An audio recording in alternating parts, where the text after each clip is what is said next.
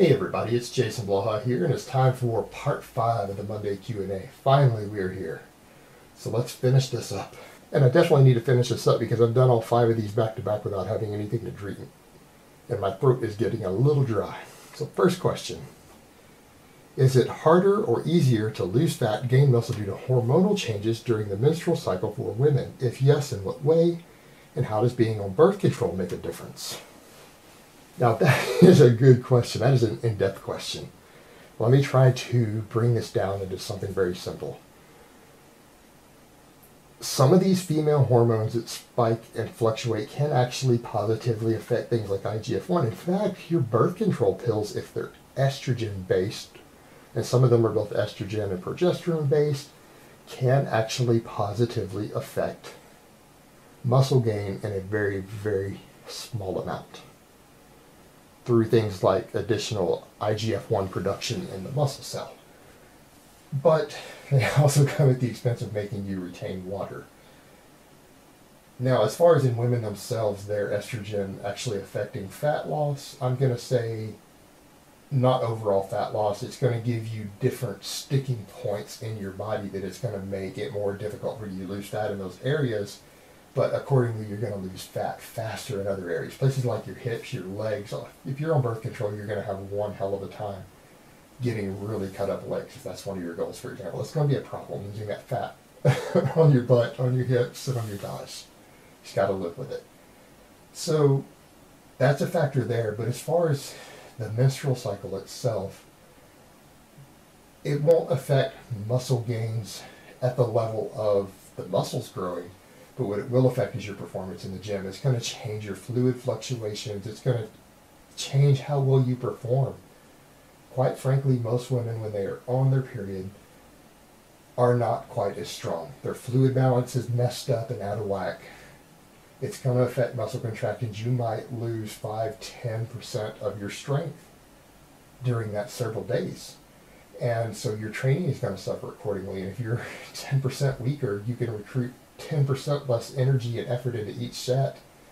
You're stimulating less growth. So it is going to be harder, and conversely, your training may suffer in general. You're not going to feel as well. You're not going to be up to doing as much cardio or what other activity you're helping to burn fat off or calories. So it's going to affect that. Not directly, but indirectly. Well, I've not experienced this myself.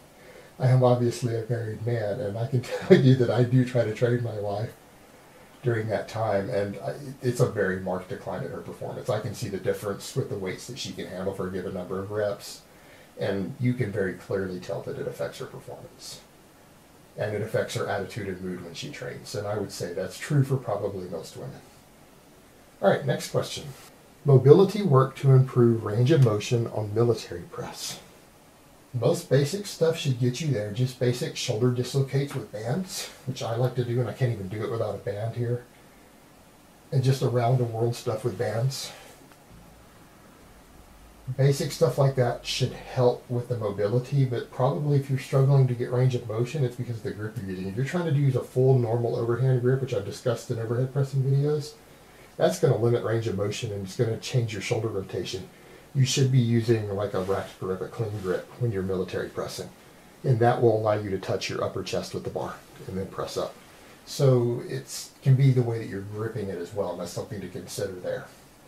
And for you, if you can do the other stuff already, it is probably the grip that you're using that is limiting you from getting the full range of motion at the bottom. All right, last question of the week. Why do peeps in the fitness community get so butthurt with each other? Alright guys, if you see it going on YouTube, there is always a possibility it is just staged for fun and fake, and this is done quite a bit. Again, as someone on YouTube, I know this. You guys have even seen me do this, although mine was very obviously done in fun with Konevsky and I. It was just for everybody's entertainment. But some of the ones that really seem serious are actually staged.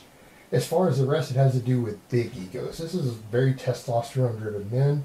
And also in the fitness world, particularly the bodybuilding world, very much so. There's a lot of very serious insecurity issues and people who have inferiority complexes. And that can very much tie to this. They feel that someone has slighted them and they're someone who has a very serious inferiority complex and high testosterone levels, that well, they're going to lash out, they get angry, and they fight. Now, as for me personally, if I ever act angry about it, I'm playing around a troll. I never actually take it personally or get angry about it, because for me, even if someone just completely slags me off and shit talks me, I just see it as free publicity for the most part, because at least they're talking about me. And if there's someone who's more well known in the industry than I am, then hey, even better, because clearly I'm on their radar. I'm important enough for them to be talking about publicly. And if I'm important enough for people higher up the chain to be talking about publicly, then clearly I'm an important figure now. So for me, I just see it as free publicity and a mark of success. Because there is no such thing as bad publicity. I don't care what they say as long as they say my name.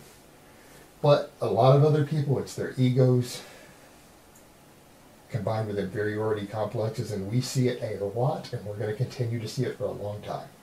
Alright guys, so that's really all I have to say on that today. I hope it has been informative, and I will talk to you guys next time. But let me give you guys a bicep shot before I go.